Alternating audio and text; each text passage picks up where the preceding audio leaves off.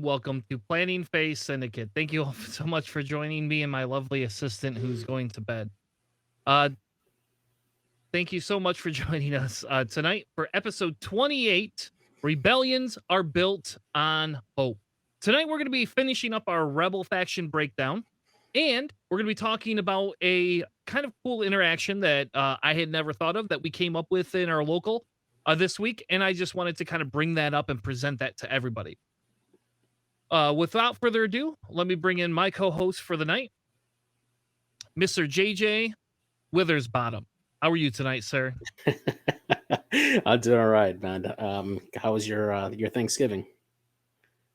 It was good. It was working to some extent. I didn't work on Thanksgiving, but I did work before and after. I guess when you work in healthcare, you don't get days off as much as you do not work in healthcare. So, Yeah, so there's that. But other yeah. than that, it Thankfully, was my pretty good. Thanksgiving was. Go ahead. So yeah, I was gonna say, no, my Thanksgiving was pretty good as well. Had quite a few family gather around and enjoy the holiday. We got to play some new games that I actually recently acquired. Board games. We had a blast then. Tried to get some X-wing off, but unfortunately, it just wasn't firing. But I got to enjoy the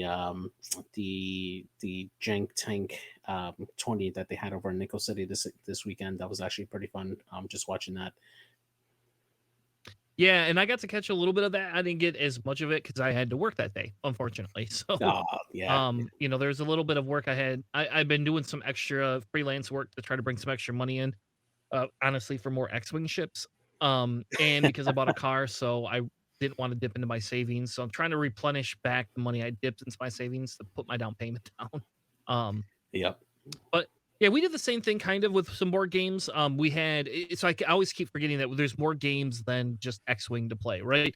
And we did quite a few different games. So my brother is really into Arkham Horror, the card game, and we've been playing around with buying into that, and then for his birthday last summer, I bought like 2 full expansions to play through. And so we've been playing through those, and that was kind of fun. Nice. And then we also played Marvel Champions release the hood upgrade pack. Nice. So we played through that. The first playthrough we played on hard and with all the expert cards, and my son and I got our asses handed to us. Just like the first turn, like we had so many cards just come flying out. And have you ever played Marvel Champions before? I have not. That's actually on my list to actually get, because I actually like the mechanics of it, and just seeing like all the art on it. Like I'm a huge Marvel fan, and I love the artwork that they have on those cards. So yeah, that's definitely on my list to get. Yeah, and that was really, really good. We really liked that game. I bought in ironically, it's only been 1 year because I bought in last year, I believe, or the year before, I can't remember, on Thanksgiving, Black Friday. It was like something where they had one of them,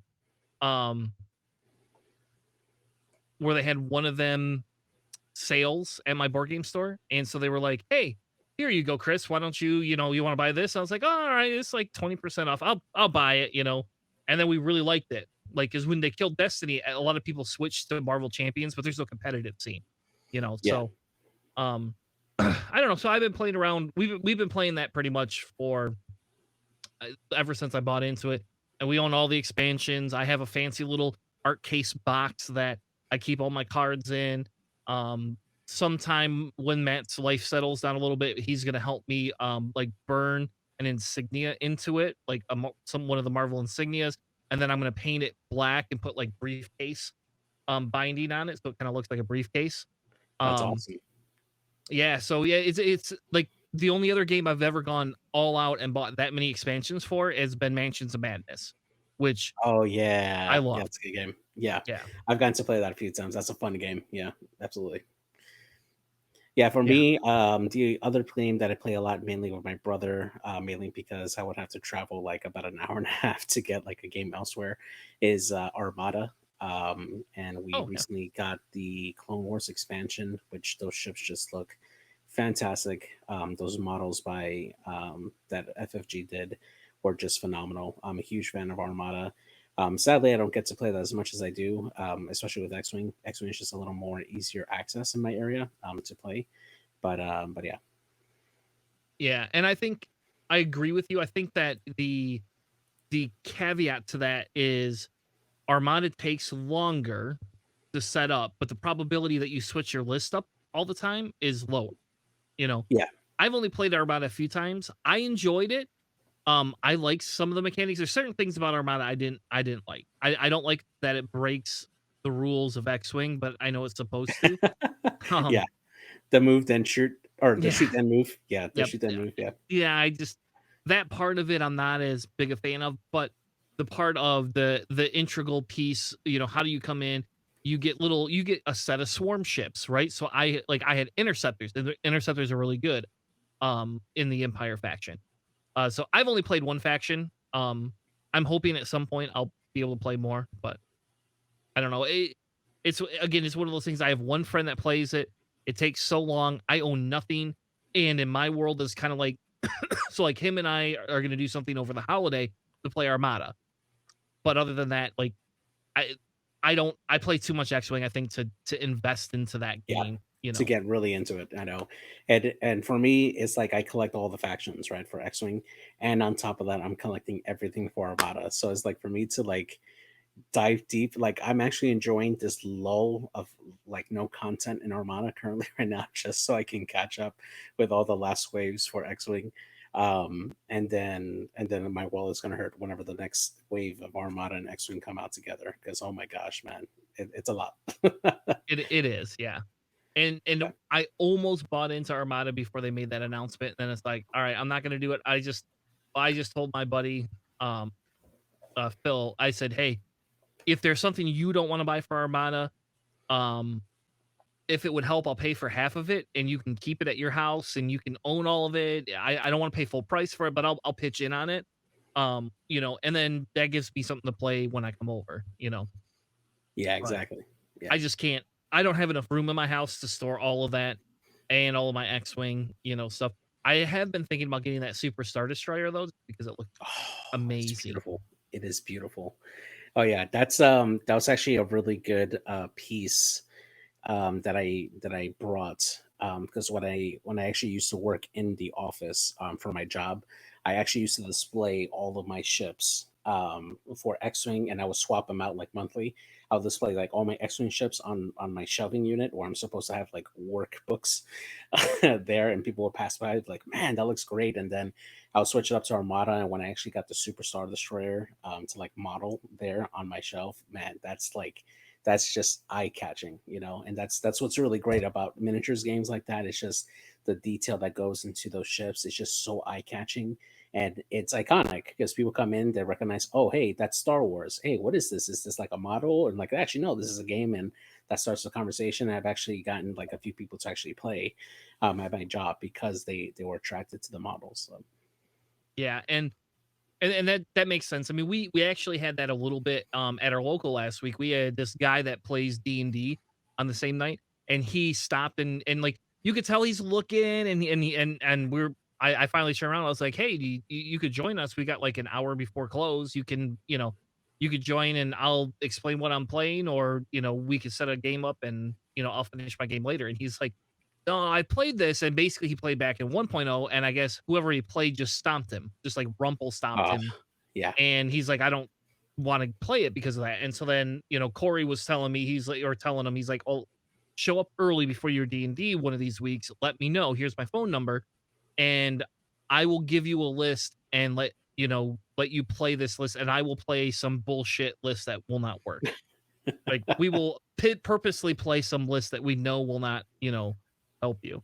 But it was neat to see some of that. We've had a couple other people stop in, as well. And so what we're hoping is we get more, because right now our league is between 6 and 10 people. Like last week we had tons of people show up.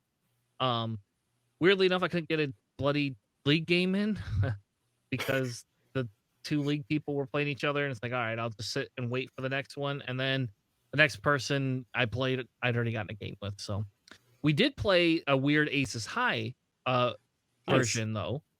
And we played Aces High, but with different rules, right? So you got to build to 125 points, and you build 125 points, and you can have 2 ships, same faction, obviously.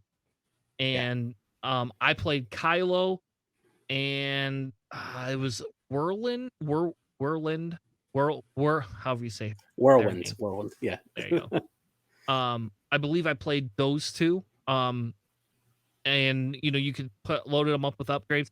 And then what we did was we had random placement of the ships. So like, how you have your hyperspace points? Yeah. And like then we did random placement, which I don't know if you're supposed to do this or not, but we did random placement of which way you face, which was really fun. And then we did the road rules, which just threw everything off. But it's I chaos.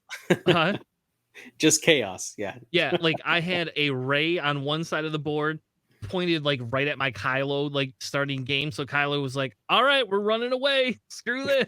And he's like, you're gonna do that, aren't you? I knew you were gonna do that. And I was like, yeah, I want you to one-shot my Kylo, with your ray.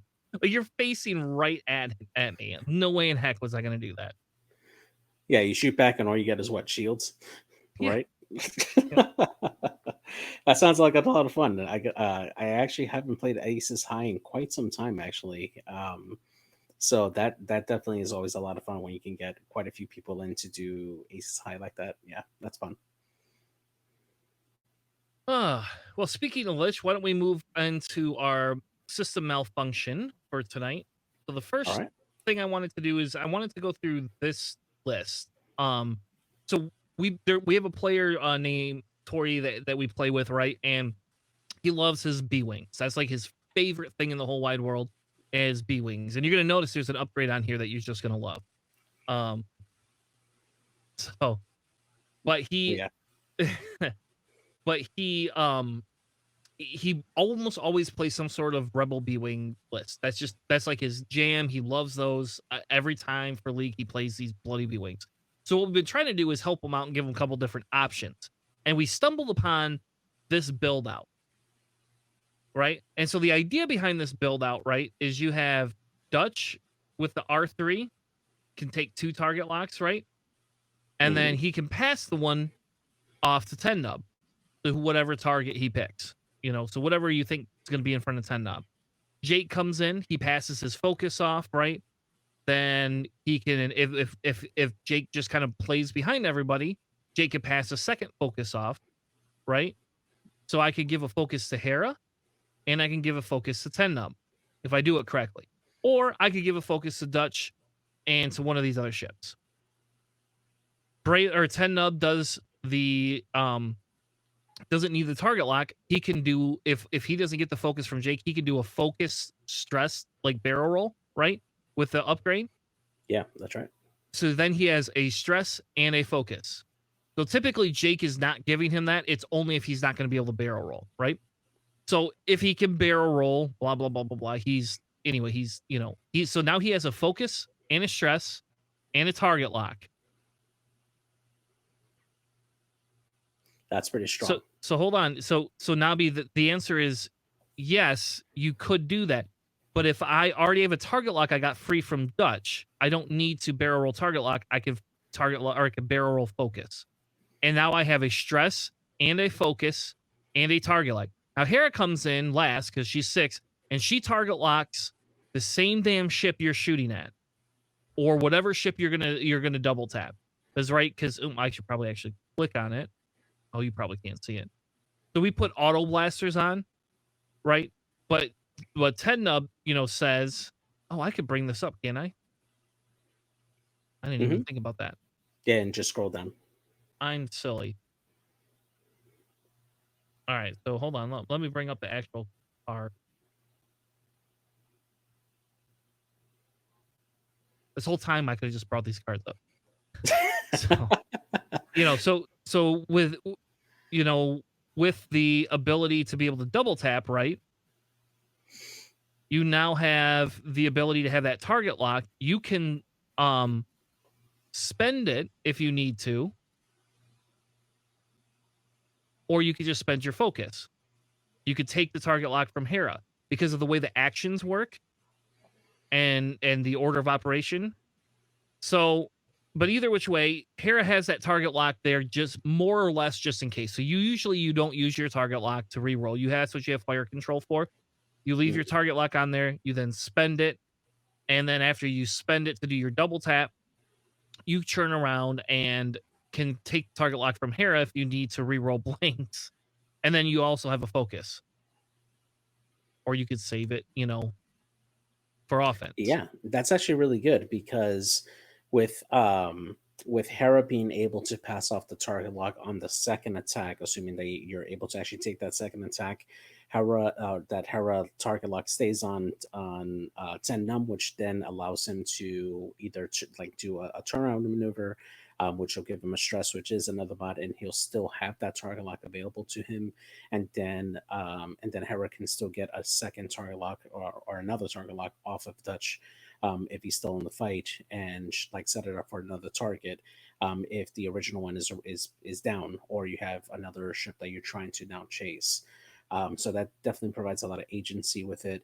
And the flexibility of adding Jake in there too is that focus that you can get off of Jake can set up a barrel or a focus barrel for Ten Num before he moves, and then you can come in and do a blue maneuver to clear, and then possibly just like set up an evade if you have your foils closed, just depending on the situation. And you have a lot of flexibility on what tokens you can take, because you can always sacrifice the double tap, assuming that you know that you're not going to have the bullseye for Outer Blaster or if it's range 3, and just take that evade token, which is going to let you guarantee that one result at range 3 from a shot that's coming into you, and still have mods on offense all around.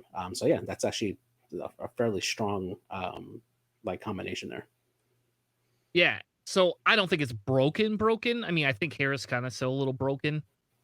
But I mean, like to me, this is really good. Like to me, this feels really Yeah. good.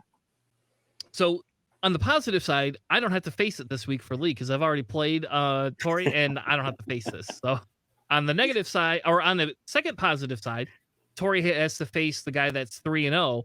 And I'm hoping he can win this week because of that. But we'll see.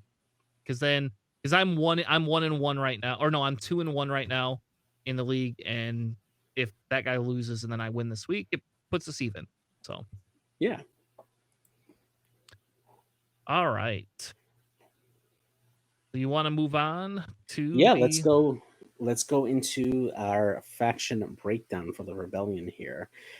So last week we covered quite a few different ships. We covered the RZ-1A wing for Nabi, specifically for you. We love you, Nabi.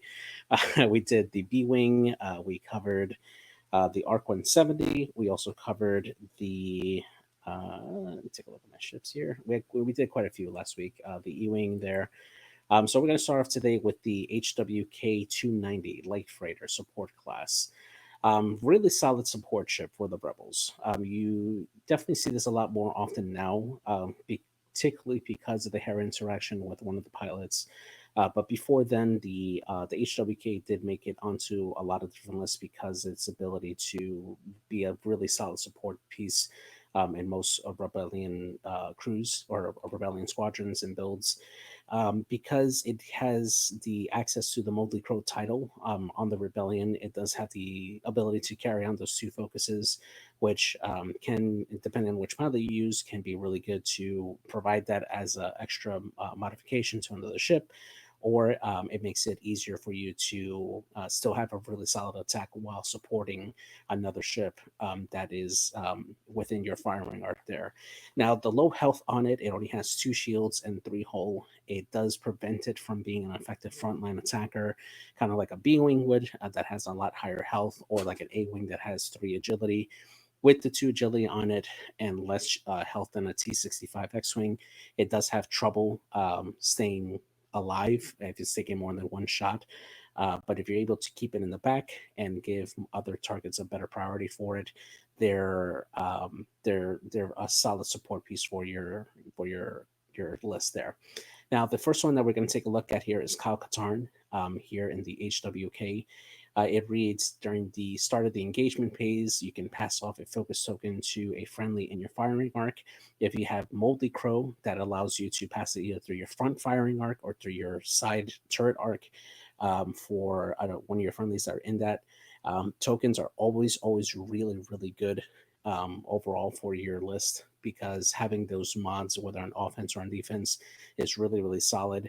A basic list here for this particular ship using just the Rebel conversion kit, which currently right now this is the only way to get the access to this particular ship, and of course a 1.0 model if you do have it or if you can find one.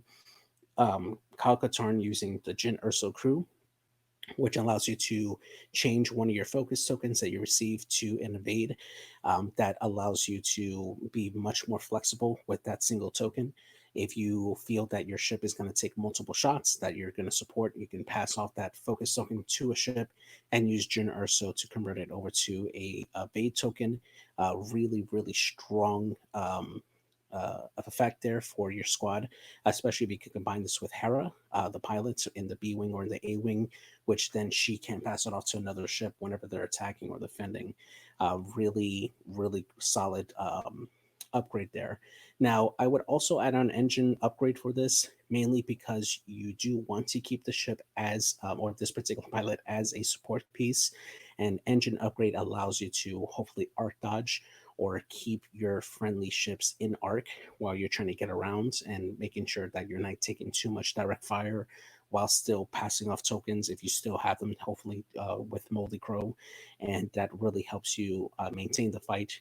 The other reason for that is that the dial on the ship does not have any natural K-turns or sloops, which help it like turn around. So having um, that extra boost to help you do a hard maneuver the next turn helps you stay in the fight longer if you can try to circle around using the hard turn and boost to keep your ship in the fight longer. The next pilot that we have here is Work Garnet. His ability allows you to choose a friendly ship in your firing arc and have it engage at initiative 7. Now, we saw this particular pilot come in early on in 2.0, in addition with Dash Rendar. Back then, the interaction allowed Dash Rendar to shoot at Initiative 7 as well as Han Gunner.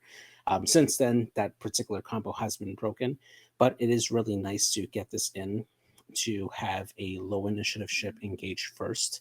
One of the ships that I like to run with this is actually Captain Rex in the TIE Fighter for the Rebellion, mainly because his ability allows the kind of like a deplete effect for a ship that he's attacking on, and that could be a really nice effect to help keep your ships healthy.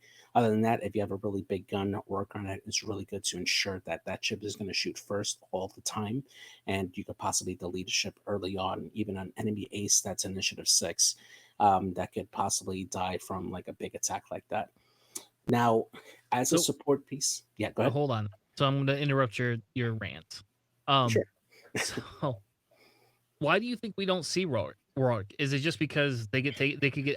I've only played a year in competitive Mhm. X-wing, but I sure as hell have not ever seen this ship played. The reason why it fell out of popularity is because there were better options for it. At the time, the Rourke Arnett combo with Han Solo Gunner for the Rebellion was really good, because you could essentially double tap at Initiative 7, which was incredibly powerful. Since then, because the interaction was nerfed from FFG at the time to allow just the only one shot to be allowed at Initiative 7, they it reduced this effectiveness. So because of its cost, it ended up making Kyle Katarn more favorable or Jan Ors more favorable because for the points that you're investing, you're getting either a stronger shot or extra mods. And that's mathematically a little bit better than just shooting at a higher initiative. Now, if you're able to get double modded at that point at Initiative 7, yes, it can be strong, but more you get more certainty out of the other two pilots. Okay, and I just wonder because it just seems like you would not have seen. I don't know if it was really good, you'd think you would see it. And I guess can you take Rorik with Piston Gunner and Yeah, you could take a work with with Biston and get a double tap out the out of that. Yeah, absolutely. okay, So the other thing to note here is that the work on that does not work with swarm tactics, since this happens after I believe the step for swarm tactics happens before Rourke's ability would happen, so it doesn't combo there. So for and Nickel City, just to clarify, Bistan on the ship that is being used for the ability, Rourke's ability. So, like, let's say you had a Millennium Falcon that had Bistan gunner, and you work that particular ship. If they still have to focus after their initial attack, they can do a double tap there. yeah, that's what I So meant. yeah. So Sorry. the last one that we have here is Janors. Janors is a very solid support pilot at Initiative 5 for the HWK. Its ability allows it to take a stress if it's not stressed already, to add a red die to a friendly that's shooting. That's in its arc. If you do this on some of the bigger ships that can punch really hard, maybe like the VCX or the YT 2400, you now have 5 die shot naturally before you start adding in things like trick shot. That can increase it to possibly 6 dice, and it is a very, very powerful ability if you can trigger it off consistently every turn. Um, one of the upgrades I like to put on Janors is the num, just so you have that flexibility of more blue turns for that particular chassis, and engine upgrade, of course, to keep up with the rest of your squads if you're running more agile ships or if you're trying to art dodge. At Initiative 5, it is a very solid ship because with the 3 die gun that you get from Moldy Crow, you can punch in pretty hard as well yourself as Janors, and become a pretty solid asset if you're still able to um, become an effective attacker and possibly help take out a ship that was already hit pretty hard from Janor's ability. Yeah, and I think that I think without that moldy curl title, I think some of these hawks lose their power, right? Yeah, And absolutely. I think that's like the big win-win here for for this ship is that specific title. And it's 16 points, so you are investing in that ship. I think this Jan is a 65-point Jan.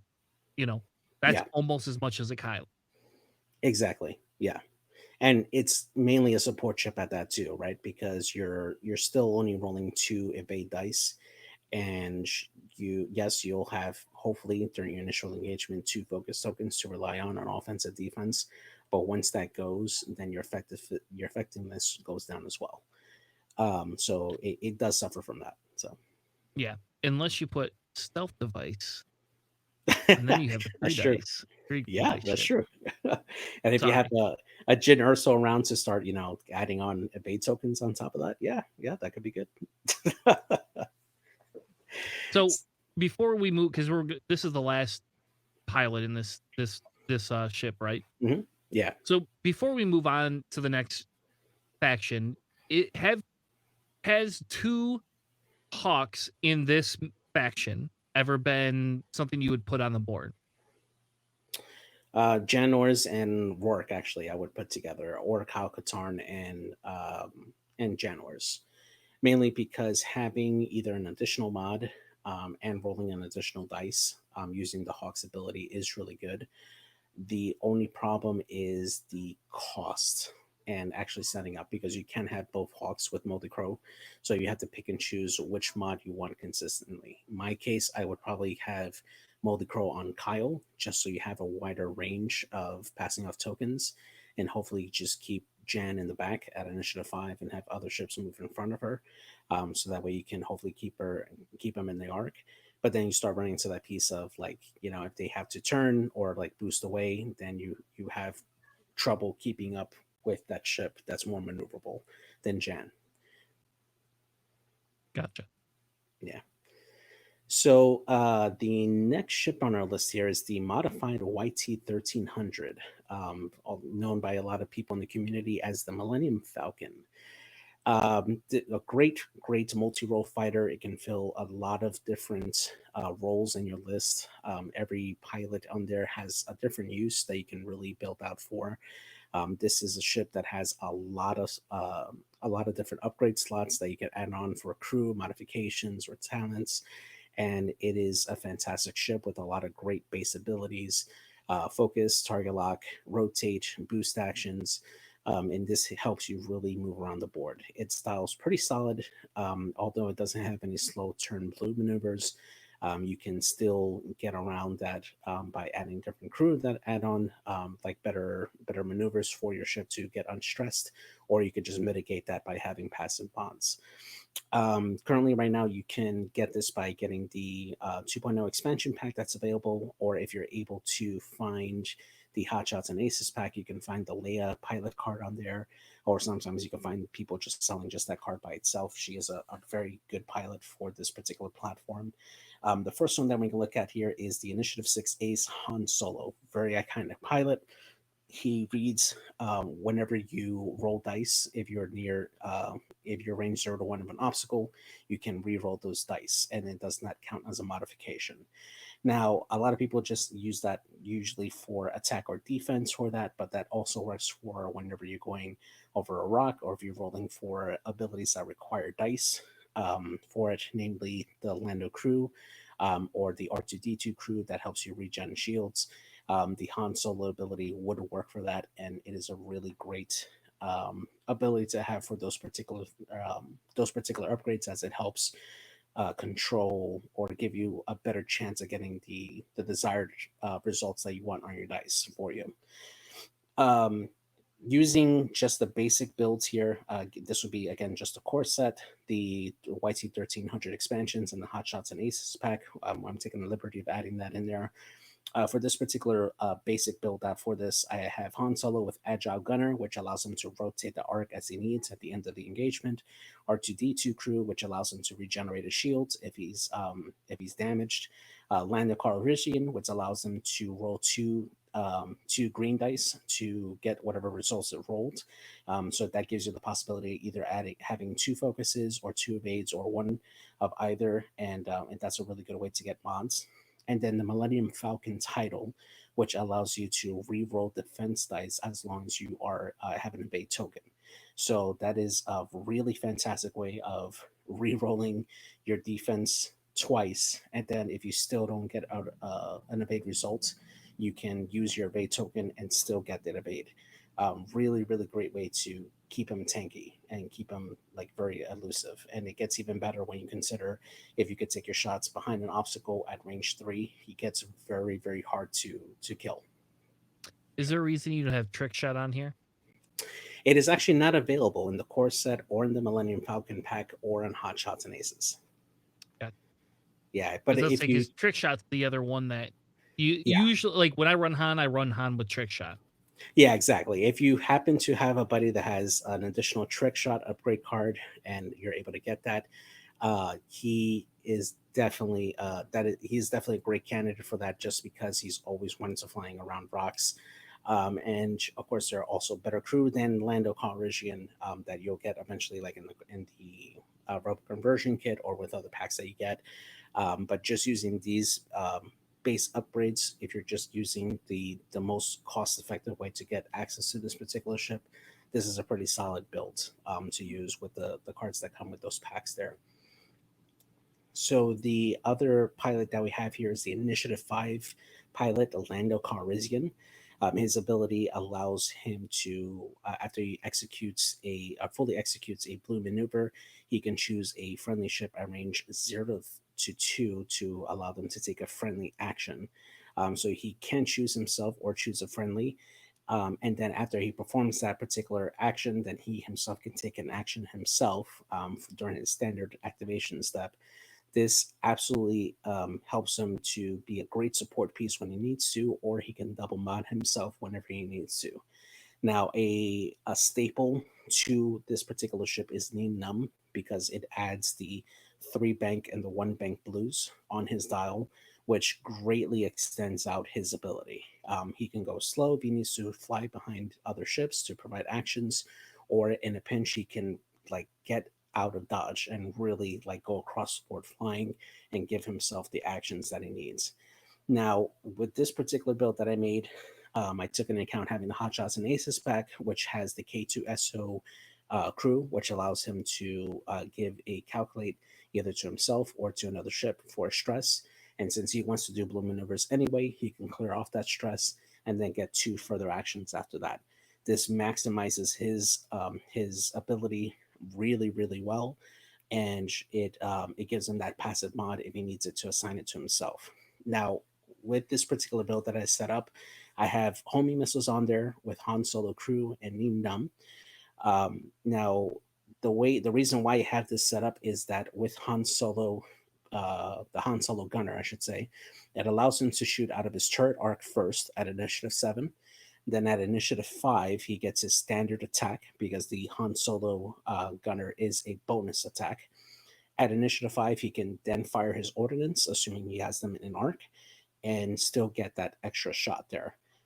They at that point, if they still have mods, they can either take the extra damage, which is okay, or if they want to risk it, they're going to get 4 dice shot at them from the missiles.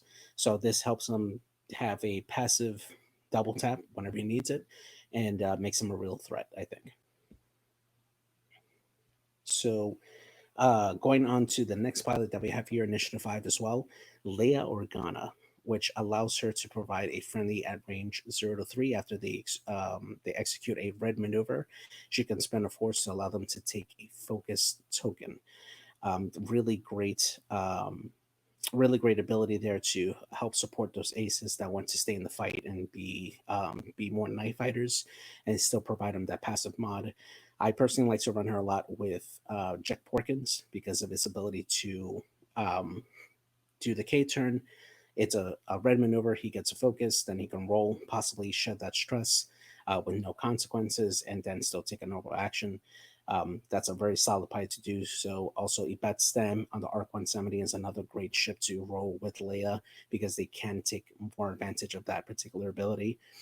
I do like to run her with instinctive aim and homing missiles as well as Han Solo because she can ignore the requirements for homing missiles using instinctive aim, and also get that double tap potential, just like the Lando pilot I had previously. And also having the Millennium Falcon title, so she can be a little more defensive as well, helps her get that reroll if she takes an evade action, and hopefully keep a lot of health. I think one of the downsides to her though is there's only one force. Yeah, exactly. It's a little weird to me, but that to me that's the downside of that whole thing. Yeah, One force not being able to do much with it. This yeah, is this is also a pretty fat Leia. Um, yeah. It is. It definitely is. Yeah, this is an expensive Leia, man. definitely. Yeah, yeah. I typically I like to run her a little more leaner. If I was trying to fill out like a more appropriate list, but if I'm learning for the first time or I'm just trying to get this on the kitchen table and just trying to see what she can do, definitely a solid way to build her out that way. Yeah. Um, I do like the homing missile instinctive aim mhm. thing to some extent. You know, I guess I've never thought about putting homing missiles in instinctive aim. I mean, it's essentially it's a free hit with your Yeah, home or force. twice that you get to do twice. You Yeah. know, so unless people are stupid enough to let you roll against it, which by the way, new players, don't make that mistake that you're gonna let people roll those dice, even if all they have is a target lock. I made that mistake way too many times, and yeah, ask Matt that about that. Yeah, absolutely. It's Yeah, anytime you get to roll red dice against your opponent, you more than likely you're going to have a pretty good chance to get some damage through, especially with 4 dice. Yeah, there's those times where you have nights where your dice roll bad, but you always have a higher probability of punching in damage than you have of evading that damage. Green dice have a lower chance overall of actually rolling any type of paint versus red dice Yeah, with it no was mod. a fifth brother, because fifth brother can spend the 2 force, right? And Hmm. then add that extra crit.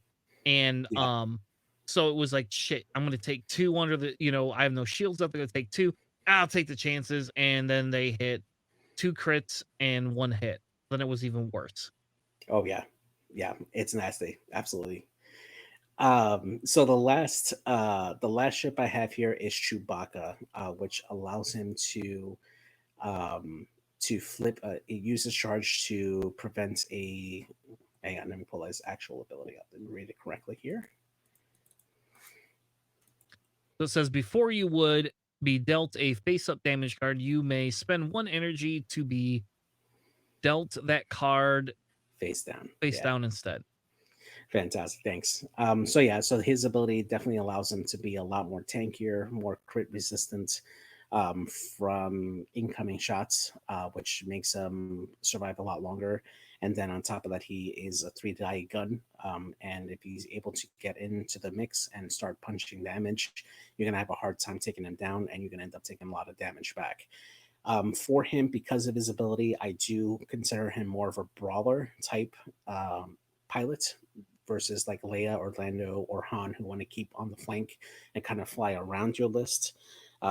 Chewbacca just wants to be in the mix in the center and try to take on as much of your list as possible, allowing your aces to kind of surround your list and go in there. That's what Chewbacca is really good for because he's going to stay in the fight longer. So for that, keeping that in mind, the way I built him out here is composure, which in the event that you're trying to boost and to get in a good block, but you don't make it quite just quite. Composure allows you to get that focus token. I did make an error on here because I meant to put engine upgrade instead of shield upgrade, but that is something that you can change on there. Agile gunner to help him rotate his arc, really important, especially when you're in the scrum and you are constantly getting blocked. Agile gunner at least helps you rotate that arc to wherever you need it, so that way you can continuously keep time on target even while getting blocked. And then Leia Organa to help keep those turnaround maneuvers white, and it also helps out the rest of your list. And then Informant, which allows you to select a ship, and as long as you're range 0 to 2 of that ship, you can see their maneuver, and you can hopefully set up Chewbacca to either block that ship to prevent actions, or you can outmaneuver that ship and hopefully get a really good shot either on their flank or on the side.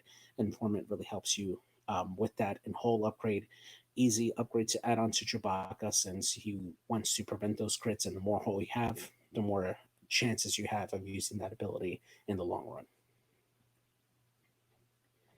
So the next ship that we're going to go on here is another support class ship that we have is the Sheath Shuttle for the Rebellion. Currently, right now, you can only get that right now in 2.0 in the Ghost expansion pack that comes with the VCX.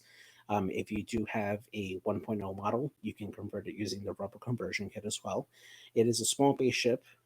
It is a support ship mainly. It does have a front and rear arc that can shoot. The stat line is pretty decent. 2 dice in the front, two in the back, with 4 hull and 1 shield, so 5 health total.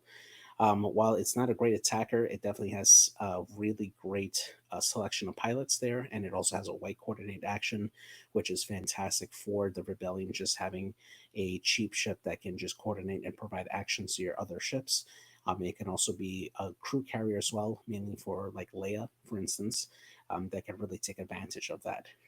So starting, Well, go ahead. hold on. I think the other advantage too is the docking part, right? So while you're docked Yeah. with the Ghost, it allows you to give that ship a white cord. Yes, that's right. The ability to coordinate early with the ghost with this docked is really strong. Prior Before the changes to composure, This is something that I ran personally a lot because you before with the Hera VCX, you can dock AP5 with it, take an early calculate, and if there's nobody at range 2, you could fail, get a free focus. Then during your regular activation phase, get a reinforce if you need it. So that was a nice way to always constantly have that mod on Hera. But with the new changes to Composure, you can no longer do that. But still, if you know that you're going to get bumped and you want to get, or you know another ship is going to get bumped, having that early coordinate to either reposition a ship to prevent the bump or make sure that they have a mod is really strong while it's not. Definitely. So looking at the first pilot here, AP5 in Initiative 1, his ability allows him to coordinate a ship, and even if they're stressed, if they have exactly one stress token as well. Fantastic ship to have on your squad because it basically ignores that stress portion of for coordinating. Normally, when you coordinate another ship, if they're stressed, they cannot perform an action. AP5 gets around that, allowing him to still provide that action to another friendly ship and giving them that important action that they need, be a boost, barrel, focus, target lock, whatever you need, and then they clear their stress on their turn and take an additional action, assuming that they can. Fantastic ship to have. Also having the red one straight backwards maneuver, making him an effective blocker at Initiative 1 as well. Is really strong. I usually pair him with just R4 Astromech to help him clear that stress after the reverse maneuver, and he's good to go. Doesn't need anything else beyond that. The next one that we have is Zabarelios, which allows him to cancel critical results before hit results. Really solid ship to just maintain in the field, make him a little resistant to critical effects that would normally burn down a ship or cripple the ship. He can really like evade that type of those damages, making him a pretty good choice to have Leia on him. You this he can get a little expensive with his particular basic builds with Leia and Hull upgrade, but he is going to be difficult to burn down, especially if he gets that mod off. Just the ability to take out those crits, it guarantees that you're going to um, usually dodge those direct hits or those panic pilots that could come in and really mess up your efficiency on this particular ship for coordinating and staying alive. So the next pilot that we have here, Ezra Bridger on the Sheath Shuttle. His ability allows him um, to change to focus results either on offense or defense, spending a force if the ship is stressed. Now, because his native actions don't allow him to get stressed, the only way to really allow him to get stressed if you have an ability that allows him to get a stress using an action. Bayes Balance Bliss is a pretty good way to do that. Bayes reads that while you perform a focus action, if you have enemies at range 0 to 1 of you, you can get an additional focus for every ship that's around you or every additional enemy ship that's nearby you, and you perform it as a red focus. So that is a good way to have double focuses or even possibly triple focuses if you have a lot of enemies around you, and then you can use Ezra's ability for even more mods. It is a little bit of overkill because you're already getting extra focuses anyway. But if you have any way to transfer that out using any other type of abilities, that is a pretty good way to get them heavily modded. Base Malbus and R4 Astromech in the mix. He's a pretty solid ship to get in there, get stressed, and then clear it out the next turn. And then lastly, the next pilot that we don't see very much of, the Fen Because Rao. he's too pricey. He is absolutely way too pricey. He is an Initiative 6 pilot here for the Rebellion. His ability allows him to choose an enemy ship in his firing arc when he engages. If they're not stressed, or if he is not stressed, he can take a stress token. And if he does, the ship that he is targeting cannot spend tokens to modify dice while it performs an attack during that phase. So this is a really good way to shut down enemy aces or enemy ships to prevent them from using tokens and possibly doing some damage in the process if he's shooting at them. Um, He is very expensive. He comes in at, I believe, 54 points base before you put in any upgrades. And at the at No, I what is think his he. points? I. Oh, you know, what, I guess I can look it up, right? And pull it up here. Sheath of bead. I'm sorry, 47. I'm Yeah. thinking the old points. Even with that points reduction, that's still about a quarter of your list before you put in any upgrades. And he's only a 2 die a gun. Uh, I mean, yes, the I6 coordinate can be pretty strong because you have pretty good information of where everybody is at that point. But I think you can invest your that amount of points wisely in other ships that can probably do a little bit more, honestly, namely like a hawk. So I personally do not like Ben in this build. I don't think he does anything. Really, you're just paying for that I6. That's it. yeah, the I6 coordinate I think is probably the best use of him for that. His ability can be okay, assuming that you can reliably get your opponent in your arc constantly and not be stressed. R4 Astromech does definitely help him out in those cases. But beyond that, I think you're probably better off just investing your points in other ships or other pilots, I would say. So, Yep. absolutely. So, going to the next ship that we have on here, this is the most probably iconic ship. It's the namesake of the entire game. The T-65 X-Wing is an assault fire class type ship. You can find this easily in the core set that the game comes with. Also, the T-65 X-Wing expansion pack, which carries different pilots than the core set. And then, of course, the Sol Renegades expansion pack as well carries different X-Wing pilots there as well if you're able to find that particular expansion pack. Definitely very iconic.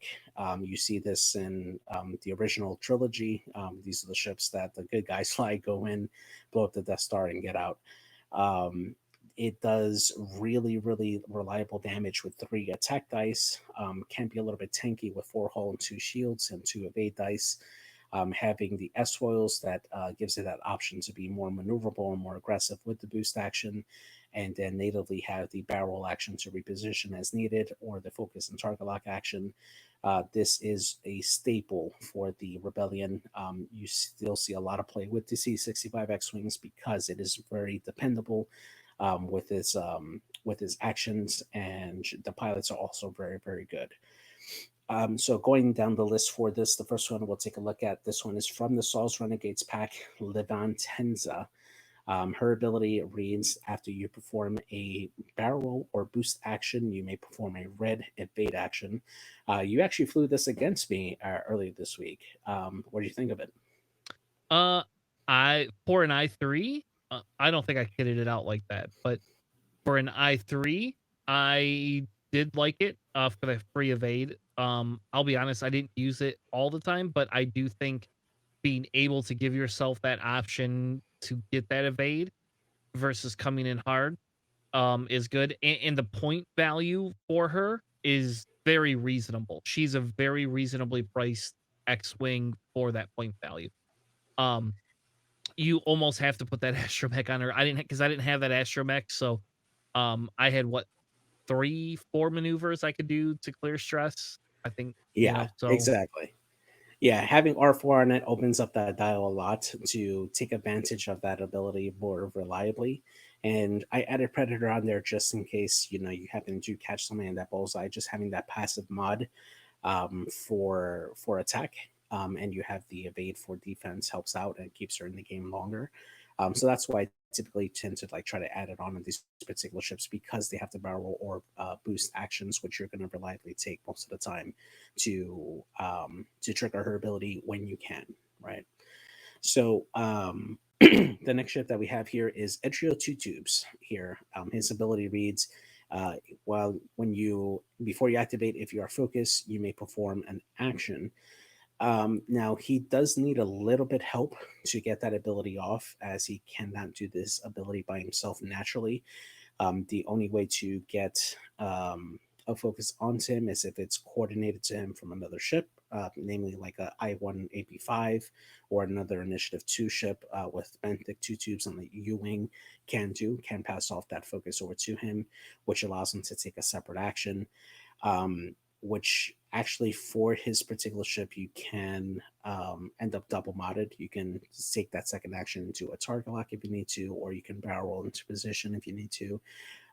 If he has a supporting ship that can provide him that focus to give him that extra action, he can be a pretty solid support piece, or at least a closing piece, because engage in Initiative 2, you're usually shooting at other ships that don't have mods already. And if you happen to catch him in arc, he's going to be a really reliable ship to help finish the ship if they can't get away. So he can be a pretty good ace. He just needs that extra help. Yeah, So he's hmm? not. He's definitely not my favorite at all. Yeah, no, no, not at all. I would probably choose Lee Van Tenza over Edger Two Tubes Yep. usually. So going over to our next one here, we have Colby Sperato here, also from the Saul's Renegades pack. The ability reads here: after you perform a barrel roll or boost action, you may flip your equip S foils upgrade card. Now, with this particular ship, I actually use this quite a bit after the new resistance pack came out with backspin tail slide, which works on the T65 X-wing, which helps you go over obstacles whenever you barrel roll or boost. Tried that out for a little bit just to see if it was good. Um, can be, it has its uses, but honestly, you don't need to buy that pack just for that upgrade, because just with this build, this is much more effective anyway. I did equip it with contraband cybernetics, so that way, if you happen to do a K turn or a talon roll, you can end up boosting if you have your S foils closed, and then get into position and then open them to hopefully get a range one shot. Really good ship to just close your S foils all the time when you activate. You can focus boost and then open up the S foils whenever you need to, and then rinse and repeat as you need to with R4 Astromech, which helps you clear the blues or clear the stress with the blues more consistently, making it an effective I4 attacker.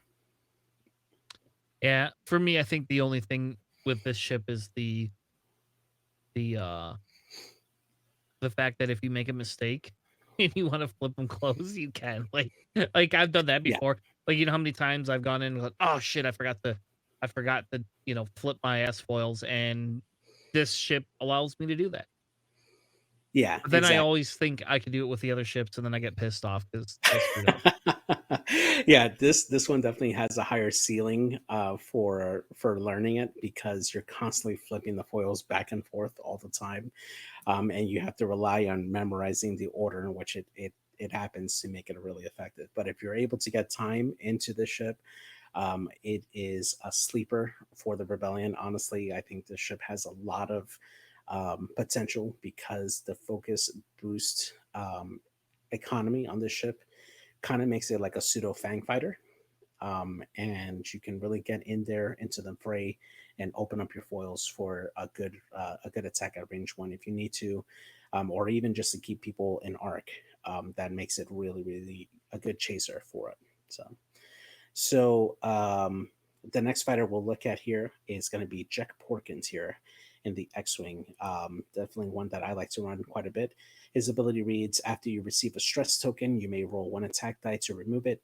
On a hit result, you suffer one damage. This is one similar to Ibatstam in the Arc 170 that I like to put elusive and chopper on him, because after he performs a red maneuver, he can flip the elusive charge to get it back active, and Chopper can eat that particular charge to recover a shield. So this gives him a passive regen with no weapons disabled effect for it. Really, really fun ship to fly. If you're lucky, you'll never take a damage when you're using the ability. But if you're unlucky, well, you know, sometimes you can't hold it, right? Yeah, this is my favorite X-wing to fly outside of Luke. So I Yeah, like I like Jack. And maybe it's because I'm not the guy that wants to run the whole synergy thing. Like it's not as much my play style because I usually screw something up. So Jack is like allows you, my play style lends closer to this X-wing than any of the other ones. other Yeah. than, but Luke's just is so Yeah, exactly. Yeah. He's definitely a lot of fun. I think he might be the most beginner friendly for most newer players coming in the game, because it does give you that possibility of, well, I mean, you can always remove the focus, or the stress, I should say. um, and you just have that possibility of taking the damage for it. But it's just fun to try to just constantly do those maneuvers and see how far you can push it with that particular chassis. yeah. Jack is definitely a lot of fun. Yeah. Yeah, and we were talking about that Arkham Horror game earlier, right? And there's a Mhm. card in there. There's a gambling card that is in the green color that you get, and my brother hates it. He hates when I run that card, but I do, and it's gambling because like that's how you get resources. And if you get lucky and pull the correct tokens out of the bag, you get resources. If you pull not enough, because they have, like, it's like a blackjack card, and each token is worth X amount of points, and, like, just like blackjack, and you have to come between 19 and 21 to get resources for free. So this ship is like my, you know, it's my, gambling ship. That's what I call it. Yeah, absolutely. Yeah. So moving on to the next ship that we have here on the list, we're gonna go with Carbon Trays. Actually, I think is the next one that we have on here. Um, his ability allows him to pass off a token, a focus token, after he spends it to a friendly ship at range 1 to 3, and then that ship can essentially gain that focus token that he spent on his either while defending or attacking. Whenever he spends that focus token, really, really great support chip. This allows him to really uh, um, make more effect or more use of that one focus token, both on offense and defense, to allow other ships to take more advantage of it. For me, I'd like to try to use it as much as I can, especially in a support type or like a synergy type list, namely like a Hera list, or running him with Jake, which would allow him to get that focus token out of his turn, and then allowing him to either spend his action to either get a target lock to get ordnance off, mainly proton torpedoes I would like to equip him with, or a barrel to get into position, and then giving him that opportunity to spend the focus. Um, I usually like to equip them with ordnance because of that, because I tend to run them in those type of lists that rely on synergy, where he can get the focus token from another source and then pass it on constantly. He's also a really good ship to have with Hera, because Hera can pass him that focus token while he's engaging. He can spend it and then essentially pass it right back to Hera if he needs to, and that really can be a really, really strong piece in any rebel list. Yeah. That is Target right. priority, do not go after Gavin until Yeah, Hera's dead. exactly. Yeah. So, so yeah, so he's cheaper than running a lot of the other ships, namely like Luke and Wedge. And you can run him in a 4 ship list just by himself with no upgrades, and he's still very effective for his ability. So the next ship we'll look at here is the Initiative 5 pilot, Thane Cairo. His ability allows him to spend a focus hit or crit result, like at the defender's face down damage cards, choose one and expose it.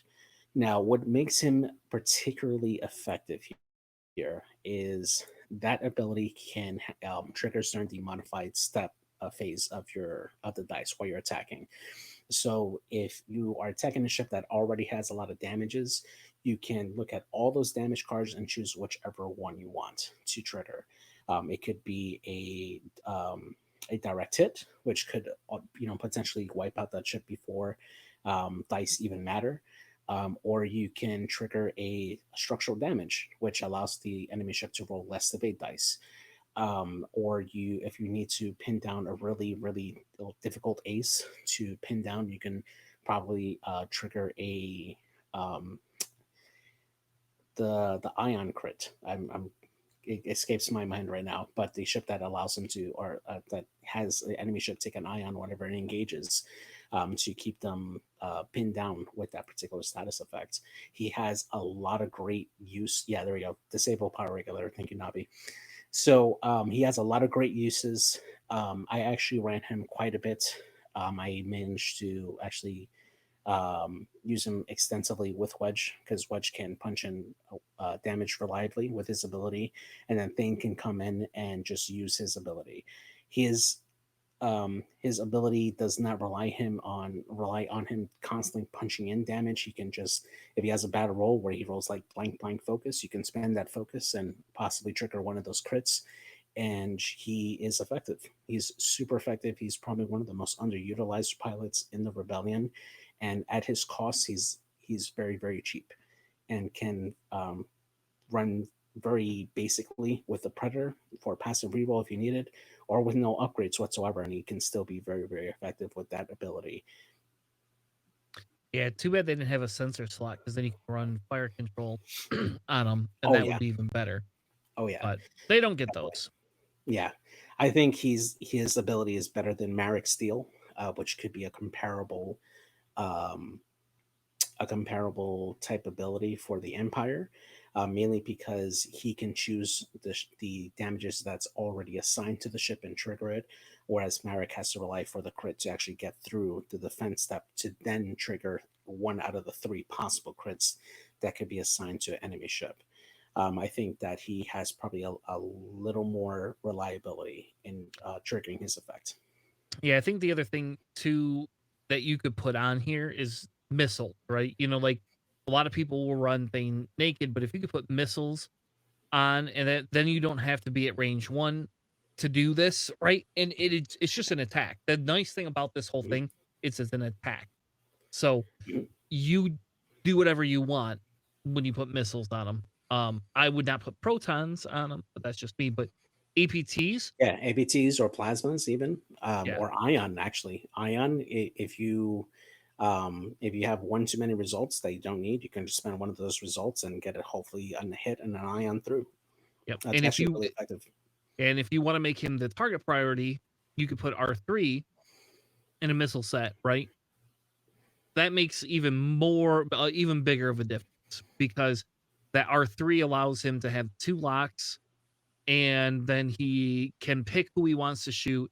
It gives him more options to flip crit Yeah, cards. And again, I would not put protons. I would put, yeah, either plasmas or an APT or something.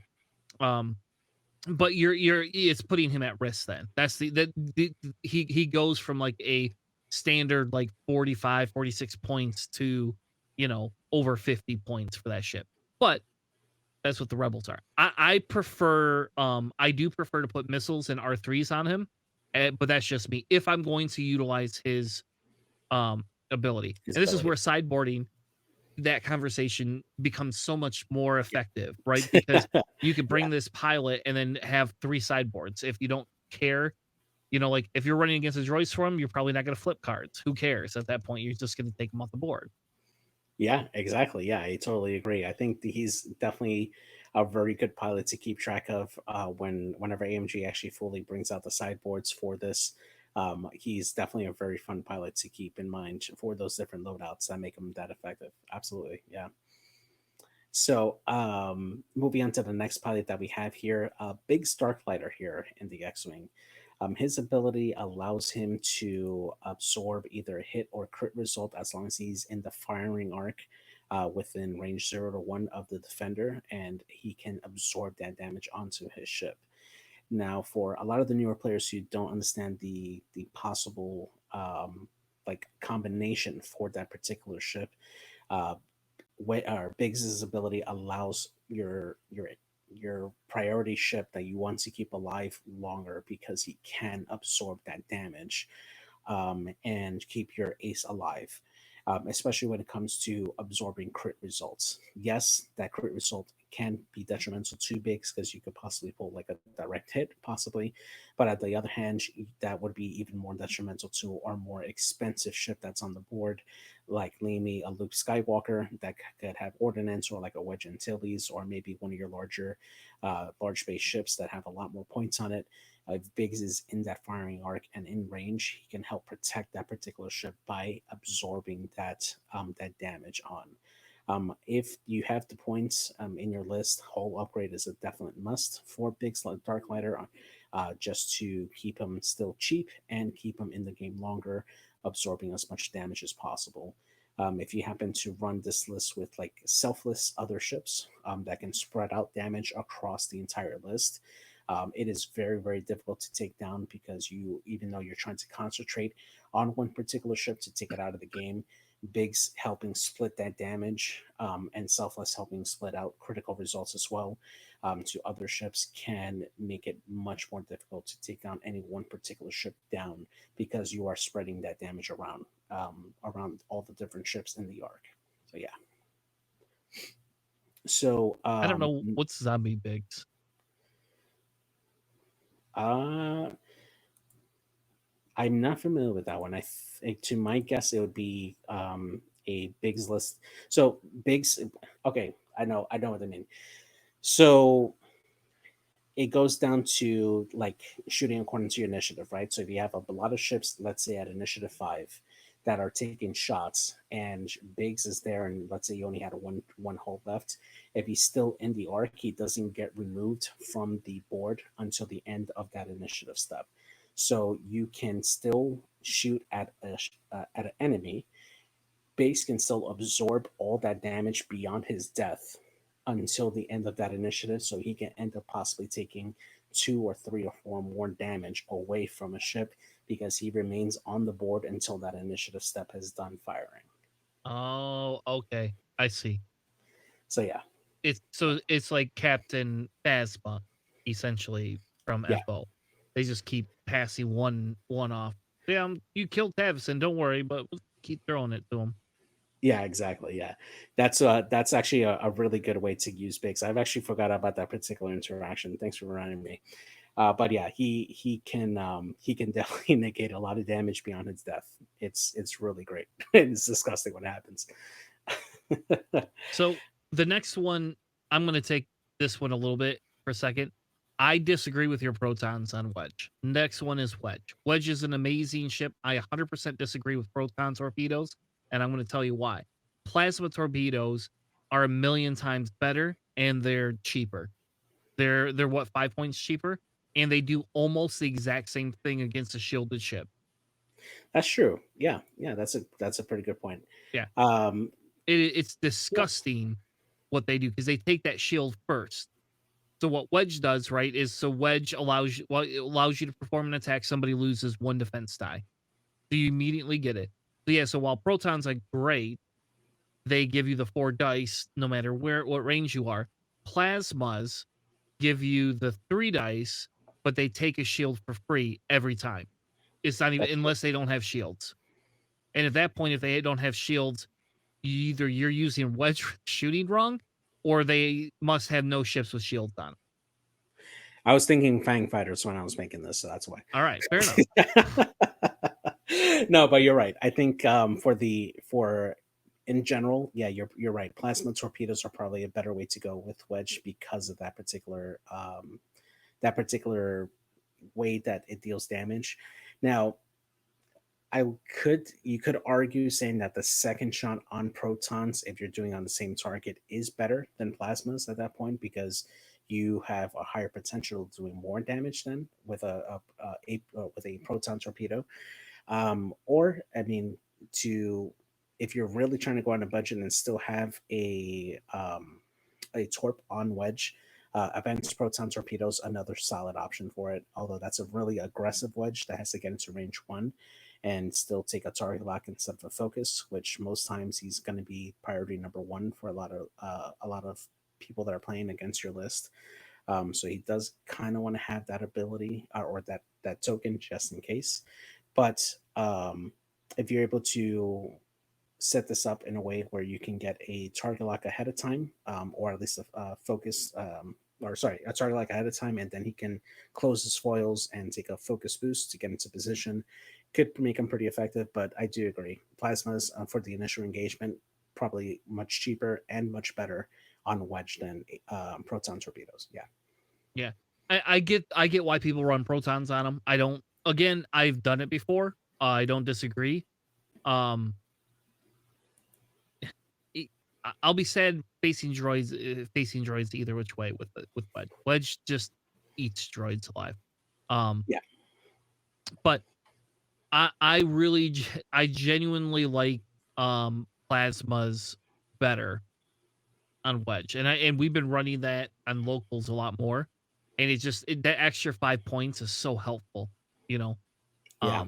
It really is. Yeah, for a budget wedge, yeah, that's something a lot more helpful, definitely.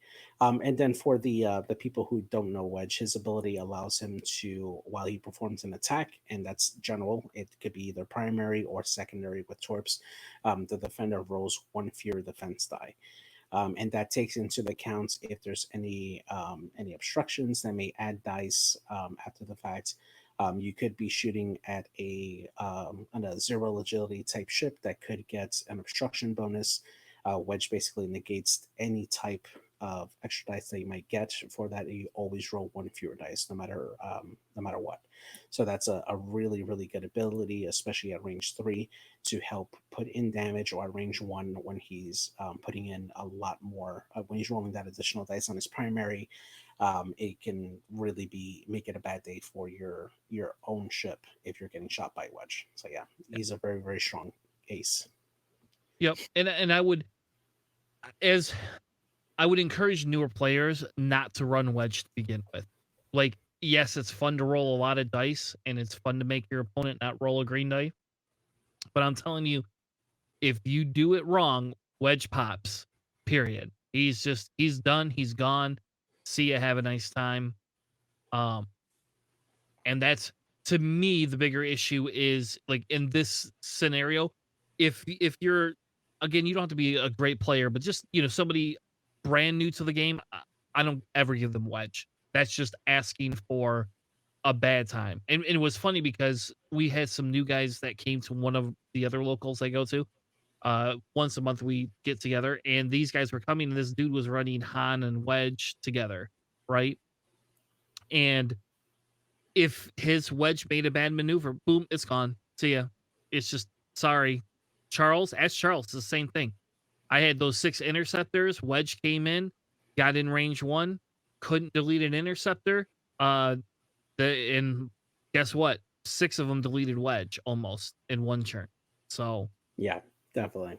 Yeah, he definitely has.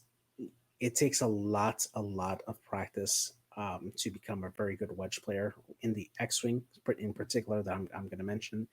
Um, Wedge is definitely one of my main pilots that I use for the rebellion, particularly the X-wing Wedge, because I do like his ability at initiative 6. He can really soften a target for the rest of your list to go and engage, but you do have to learn how to fly him because his ability is such a threat. Your opponent will almost always go after him to try to delete him because he is your hammer for your list. At his points, even if you run him basic with Predator, he's going to be more than a quarter of your list, and he has the potential to be the to do the most amount of damage in your list. So if you're a new player that's trying to run Wedge to like try him out for a little bit, he's definitely not going to be a jouster. You don't want him to joust like 4 or 5 ships at the same time, because more likely than not, he's going to die quickly. Although it does have 6 health and 2 agility, it's not going to last very long against multiple shots. So it practice. If you're going to try to use him as a main, definitely practice him a lot. It takes a lot of practice to know when to come in and engage and when to run away to recharge whenever you need to. So so just as a FYI, JJ, because we're an hour and a half in, because you oh you yeah. love Rebels, you never play Rebels, and you love them. We're gonna have to make this a 3-part series. So we're gonna cover Luke here, and then we're Sure. gonna wrap it up. And then I guess next week we will cover the last few that we didn't do, Yeah. and then we'll pick some other another faction to go in. So we'll probably do Separatists next, maybe. Yeah, absolutely. All right, so the last one here that we have is Luke Skywalker, probably the most iconic pilot in the Rebellion, across non-regular players and regular players and people who just barely know Star Wars. They probably know the name Luke Skywalker. He is an Initiative 5 X-Wing pilot. His ability reads, When you become the defender, before dice is rolled, you may recover one force for him to use. Makes him a really really defensive ship, and you can actually use that to your advantage all the time. You can use his force ability on offense, and then when he becomes a defender, he has that passive mod from the force to use on defense. And it happens every single time that he defends. So he has the ability to really stay in the game for a long time while still using his force on offense all the time. A really basic build, if you're not caring about points, is instinctive aim and proton torpedoes.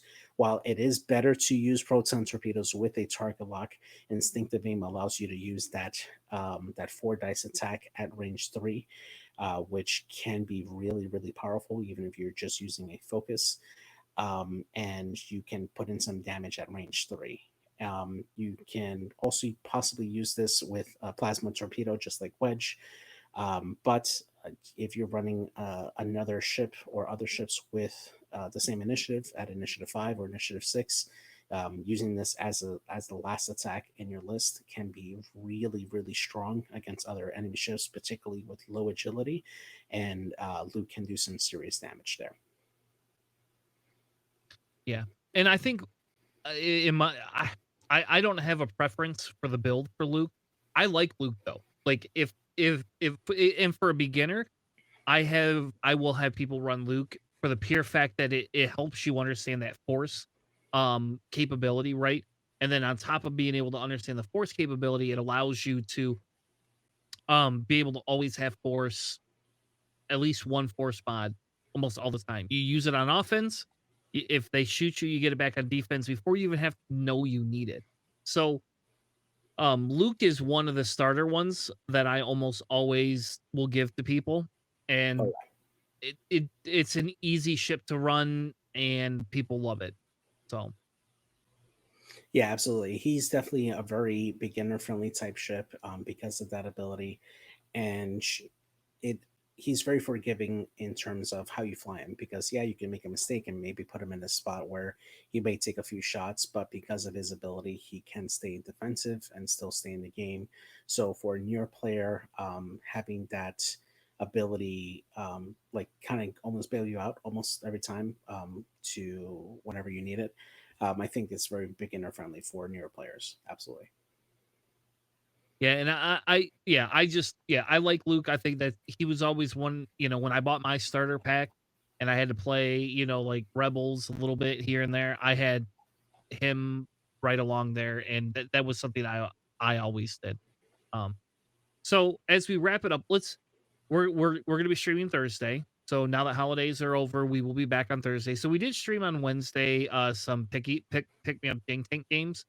Um we're not gonna stream Jing Tank this week. Though our I don't know, are you signing up JJ for Jing Tank 2 for on the Fly Better podcast or no? Yeah, I'm definitely going to sign up for that. I'm going to try to actually make that particular tournament. I was in the first one. That was a lot of fun, and that's something that I want to do again. So, yeah. All right. I'm hoping we'll be able to get to stream some of those games. So I'm hoping they put it together and they're going to let us stream, because when that does happen I think it's January is when they're going to do it, Yeah. right? Mhm. I'm hoping that they will do that. Hey Nabi, I don't know.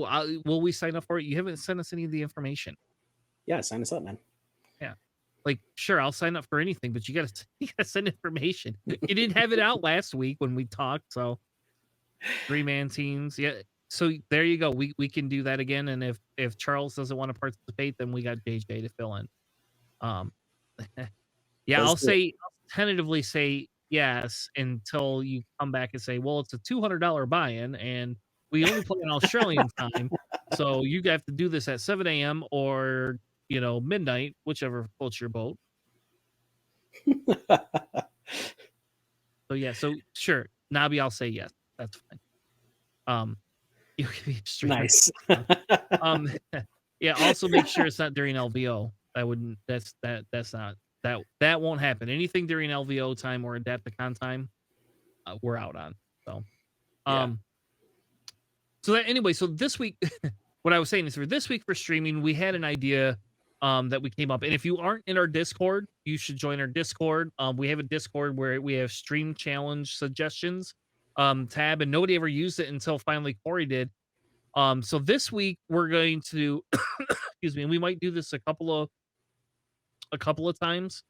But we're gonna do what I want to do is kind of mix up and do you can have four health ships. So you can have a 3 health ship that gets an upgrade to give it 4 health, but you cannot have more than 4 health. Period. It's just a 4 health standard ship, right? And you have to have 3 ships at minimum and no more than 5. So this works very well for A-wings. There you go. In fairness, it does. Damn it, we're all going to be running A-wings. The other thing that we wanted to do was to try and get it so that you had the majority of the ships that you ran were matching ships. So if you could run 5 A-wings, you're going to be running. You could run 4 A-wings and like 1 miscellaneous, ship.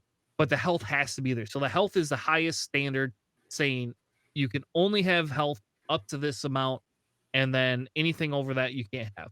So you can't run Kyle Katarn. Sorry. Damn. Well, I mean, Kyle Katarn with what angle deflectors, that brings him down to 4, right? Is that all right? Damn it! God damn it! I hate you. No, Oh I think my that God, we're just so I much. think we're just setting up the Nabi versus Charles, Fang Fighters versus A-Wings list. I think that's just gonna happen. It has to happen. So It's yeah. the max health you can have is 4. Period. Damn it! Dang it! How you cannot run 6 A-wing? You can only run 5 ships. Total health is 20, and total ships is 5. 5 ships max, 20 health max. Yeah. Yeah, exactly. What? I definitely think we'll see the a few angle deflectors out there. I'm pretty sure. Absolutely. Yeah. I'm not saying it's not easy. I don't disagree with you, Nabi, but that was the idea. Was like, because last week we talked about 4 attack shuttles. Those fit. Yeah. Not that they're going to do good, but and A-wings are funner to fly than attack shuttle. Oh yeah. I don't know. We'll see. You never know. So, all right. You have anything else, JJ, you want to mention before we sign off? No, that's it. Thanks everybody for joining us tonight. It was fun going down through this Rebel breakdown, and we'll see you guys next week for the last few remaining ships, including your favorite, the YT-2400. I hate that shit. I'm waiting for it to get put on the ban list. It's going to happen, folks. Somebody's going to put it on the ban list. All right. Well, anyway, thank you all for joining us. We'll be back next week, Sunday, 9 p.m. Eastern, for more X-Wing. We're going to finish up our Rebel content before we move into Separatist content, which is always better because Separatist is a better faction. And then, I don't know, maybe we'll have some Jang Tank information. I have no idea. We'll have some other things. And then we are running Thursday night. So if you want to sign up, we have a stream sign up. You can go ahead and sign up for, and then you can join us on Thursdays if you want to play. Otherwise, it'll be JJ and me doing our thing. So Nabi will have to message you afterwards. Charles has some life issues that have come up with his work and stuff. So Charles needs some time to work things out. So we'll have to coordinate more in with Charles. But if you want to message me after the show, I'll work with you on that. Either which way, if you want to sign up for the stream, join us Thursday night, 7:30. That's when we go, right? 7:30 p.m. 7:30. Eastern. Mm-hmm. All right. Have a good night, everyone, and we'll see you next week. See ya.